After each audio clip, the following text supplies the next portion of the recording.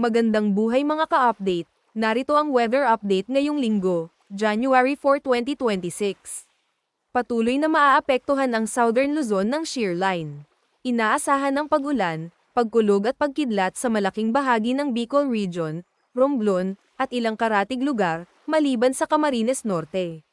Samantala, ang amihan ay patuloy na magdadala ng maulap at maulang panahon sa Cagayan Valley, Cordillera, Aurora, Quezon, Marinduque, at Oriental Mindoro.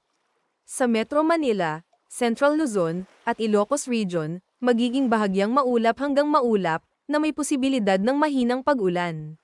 Sa Visayas, patuloy ang pag-ulan lalo na sa Northern Samar, Eastern Samar, at Biliran, pati na rin sa ilang bahagi ng Western Visayas, dahil sa epekto ng shear line.